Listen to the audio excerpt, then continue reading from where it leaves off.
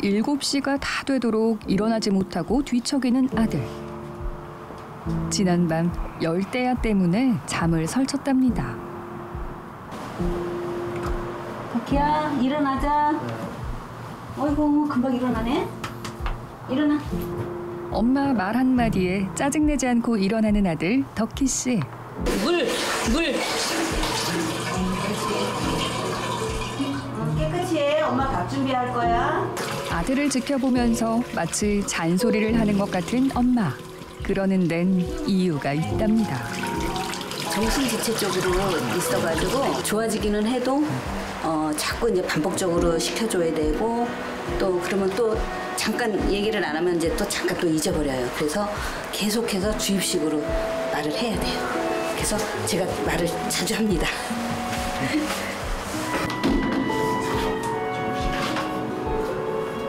면도 덕희가 하고 있어봐. 엄마가 도와줄게. 원을 그리듯이 면도해야 수염이 잘 깎인다는 걸 모르는 아들. 때문에 아침 준비하랴 아들 신경 쓰랴 엄마 마음만 급해집니다. 어디 보자. 이제 엄마가 도와줘. 이렇게 손으로 만져가면서. 거기 상처 났어. 덕희야. 여기 하지 마. 여기는 엄마가 해줄게. 여기는 너무 이렇게 딱 이렇게 눌러서 하면 상처 나는 거야. 살살 해야지. 고개 조금만 숙여볼래? 여기도 덜 깎였고. 아직도 전기 면도기 사용이 익숙하지 않은 아들. 이 역시 손해증으로 인한 후유증이 원인인데요.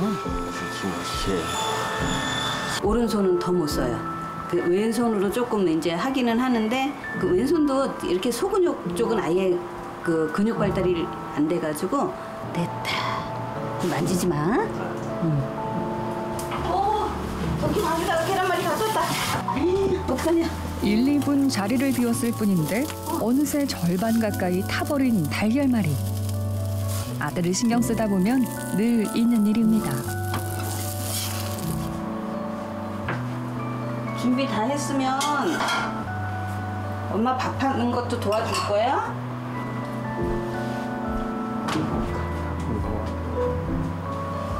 엄마가 조금 태웠기는 했지만 맛있게 됐어. 두 손으로 받아서 식하게 놓으세요. 고마워. 엄마가 전자레인지 넣는 거 가르쳐줬지? 저쪽으로 가서 이거 가서 덕희가 한번 데워봐. 냉동밥을 들고 전자레인지 앞으로 오는 아들. 덕희가 해. 잘할 수 있을까요? 1번 눌러. 4번. 아니, 문 닫고. 4번. 2번. 됐어. 이제 띵동 소리 날 때까지 냅둬야 돼. 꺼낼 때는 조심해. 이제 뜨거워서. 다시 엄마를 도우러 가는 아들. 두 손으로 예쁘게 잘 갖다 놔. 자, 고마워.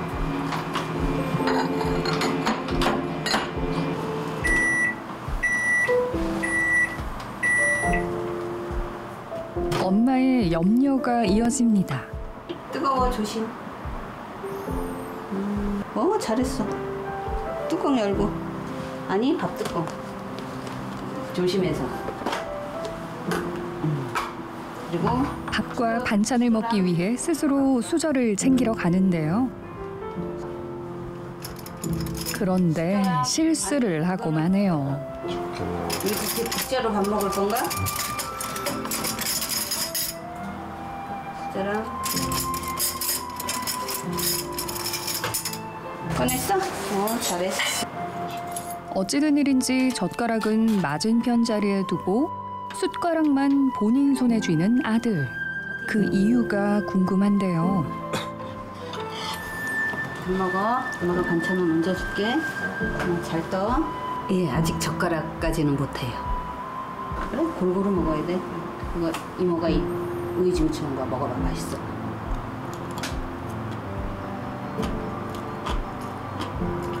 꼭꼭 씹어. 꼭꼭.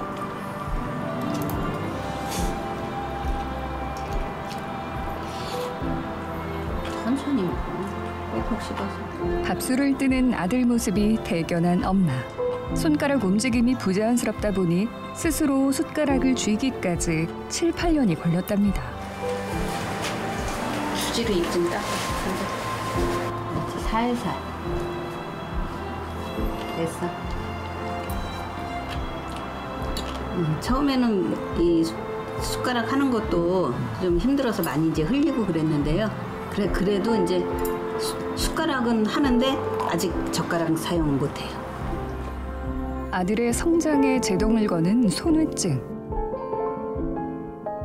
그 원인을 찾아보자면 양수를 먹고 태어난 32년 전. 그날로 거슬러 올라가야 합니다. 애가 태어났는데 못 울더라고요. 불과 한 1분? 1분도 채 안 됐을 거예요, 아마. 그리고 나니까 이제 울음이 터지더라고요. 5, 6개월이 됐는데도 애기가 기질 않더라고요. 충격이었죠, 그냥.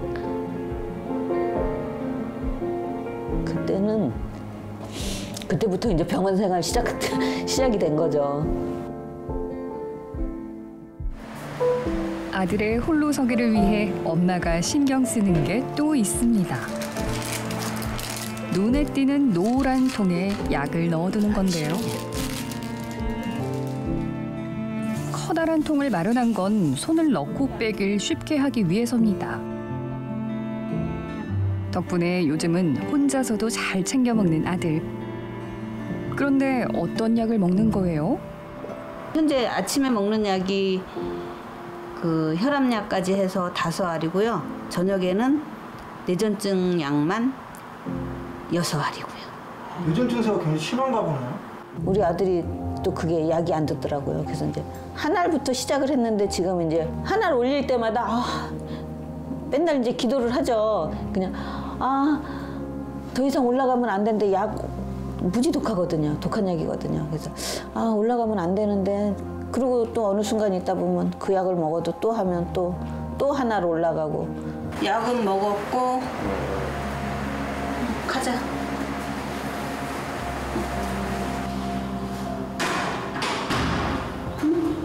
손잡아. 그 옆에도 잡아. 평일 아침마다 집을 나서는 아들. 마치 어린아이가 첫걸음을 떼는 듯 한 발 한 발 조심스러운데요. 눈도 잘 안 보이고요. 또 편마비가 있어서 계단 내려갈 때가 좀 힘들거든요. 그래서 이렇게 천천히 내려가야 돼요. 올라오는 거는 그래도 조금 난데 내려갈 때는 더 힘들어해서. 보는 데는 또 어떤 어려움이 있는 걸까요? 태어날 때 이제 뇌가 죽은 부분이 있었어요. 가까이 있는 거는 좀 보는데 조금 이제 사물이 멀어지면 이게 흐릿해 보이나 봐요. 그래서 그것도 또 뭐 정확하게 저기를 못 내려주시더라고요. 그러니까 이 안경을 맞춰 주셔도 이렇게 정확하게 시력 조절이 안 된다 그러더라고요. 느리지만 천천히 세상을 향해 한 걸음 내딛는 아들. 그가 용기를 낼 수 있는 건 동행하는 엄마가 있어서 가능한 거겠죠.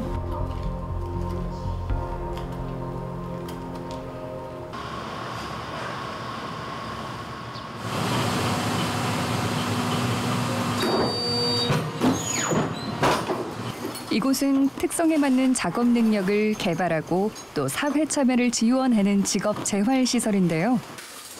덕희 씨도 참여하고 있습니다. 일하는 모습이 꽤 익숙해 보이는데 그 이유가 있다고요. 네, 고등학교 졸업한 후에 왔어요. 2009년에 왔어요.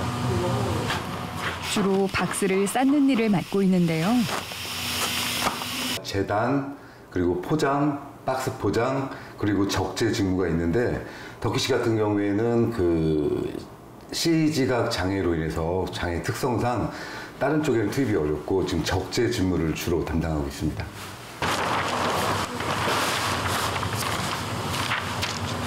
잠시만 실례하겠습니다.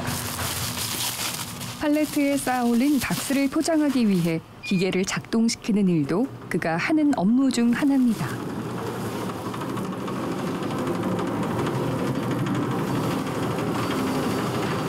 워낙 오랫동안 해온 일이어서 그런지 전혀 어색해 보이지 않은데요. 랩을 갖는 거예요. 안 힘들어요? 네. 땀 나는데? 네? 땀 좀 나. 저 원래 평소에 땀 많이 흘리는 체질이에요. 여기서 이렇게 일하면 뭐가 좋아요? 네? 좀 힘이 좀 낮잖아요. 덕희 씨 같은 경우에는 일을 하려는 의지가 너무 강해요. 일단은 아침에 출근하는 거를 굉장히 강력하게 원하고 있고요. 또 저희가 또 그 휴가라든지 어떤 쉬는 날이 있다 보면 또 가정에서도 좀 출근하고 싶다는 의지를 좀 많이 표현하는 것 같아요. 그래서 지금 일하는 거 자체는 굉장히 만족을 하고 있는데 다만 저희가 걱정은 이 직무를 계속 유지할 수 있을 것인가. 그러면 그 다음에 어떤 곳으로 전이를 해서 본인의 그 생애 주기에 맞게끔 뭐 이용을 할 것인가. 그런 것도 좀 고민을 하고 있습니다.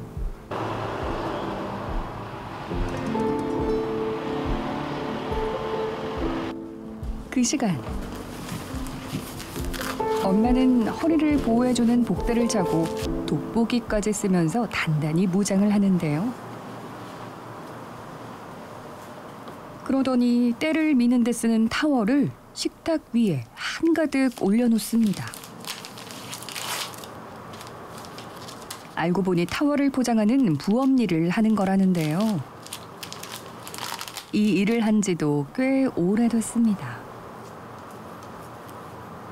저 부업한 지는 30년 정도? 30년 정도 됐나 봐요.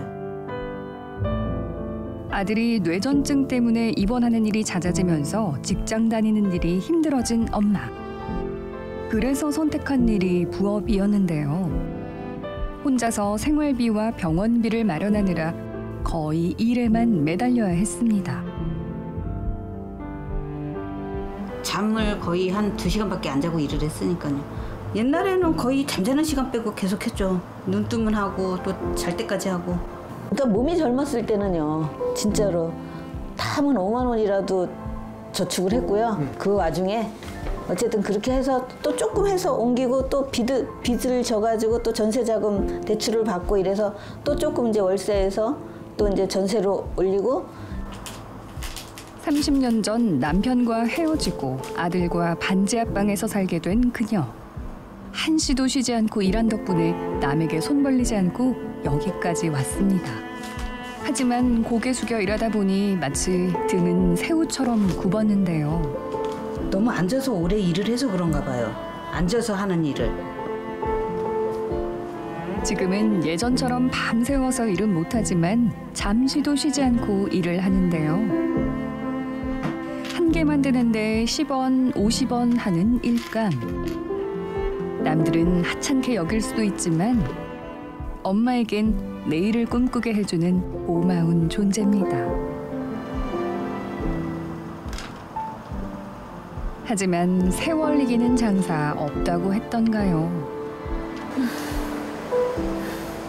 요즘은 허리 통증이 더한데요. 아프기도 하고요. 좀 저리기도 하고요. 그래서 이제 좀 감각이 없다고 해야 하나? 그래요. 그럼 이제 그게 다리까지 연결돼서 이제 다리까지는 아픈 거고요. 하지만 어려운 형편 때문에 MRI 검사는 꿈도 못 꿉니다. 그날 밤 아들이 자는 방문을 열어놓고 엄만 거실에 이부자리를 펴는데요. 방이 아닌 이곳에서 불편하게 잠을 자는 이유가 있다고요.